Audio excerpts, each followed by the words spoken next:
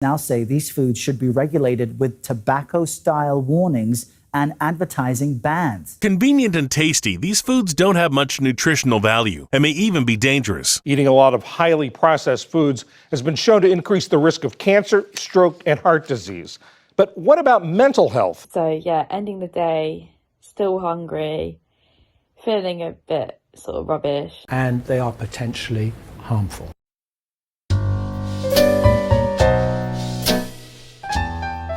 Right now, scientists are sounding the alarm that a growing number of grocery store items are ultra-processed, and that leads to health concerns. Researchers say ultra-processed foods, the high in fats, starches, sugars, and additives, now make up 73% of the U.S. food supply, even though they are linked to health issues like diabetes, obesity, cancer, and depression.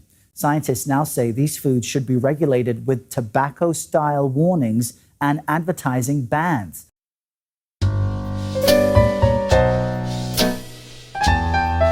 Maybe more as a novelty food or a food that isn't made primarily from whole ingredients. Fruits, vegetables, and meat are largely unprocessed or whole foods. They have no additives. But ultra-processed foods can have added colors, sugars, salts, and preservatives.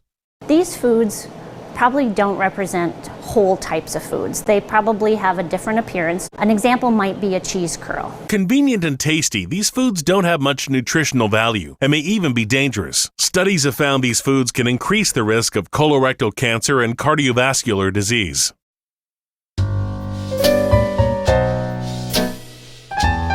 The food we eat affects us in many ways. Eating a lot of highly processed foods has been shown to increase the risk of cancer, stroke, and heart disease. But what about mental health? Ali Rogan takes a deeper look at new research into that question. A recent study from Massachusetts General Hospital and Harvard Medical School finds a link between ultra-processed foods and depression. It found a nearly 50% increase in the risk of depression for those who consumed 9 portions or more of ultra-processed foods a day. Researchers also observed that foods and drinks containing artificial sweeteners could increase the incidence of depression. The study observed the eating habits and mental health status of more than 31,000 middle-aged, mostly white women for nearly 15 years.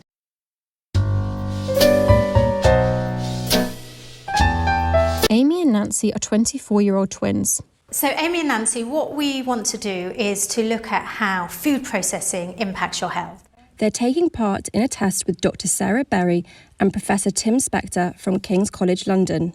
What you're going to do is for 2 weeks, Nancy, you're going to be doing the unprocessed diet, and Amy, you're going to be eating the ultra-processed diet.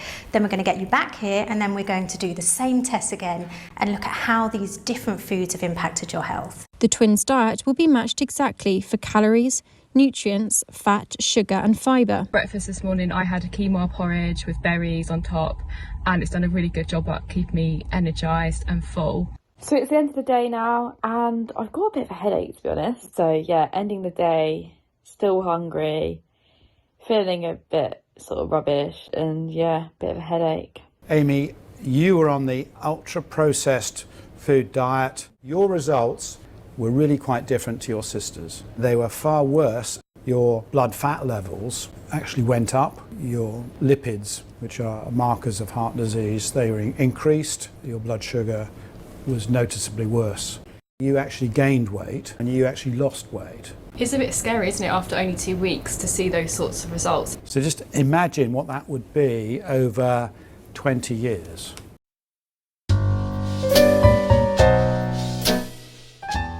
Emulsifiers are essentially a glue. They stick components together so that they have a good mouthfeel and they don't fall apart in your mouth or on the plate.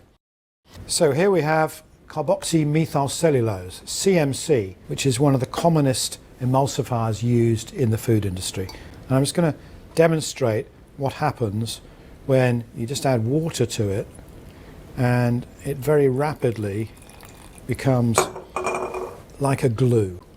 The food industry uses around 60 different emulsifiers to enhance the appearance, texture and shelf life of ultra-processed foods. Some are naturally occurring, others are chemically produced. It's found in an incredible number of our foods. and they are potentially harmful.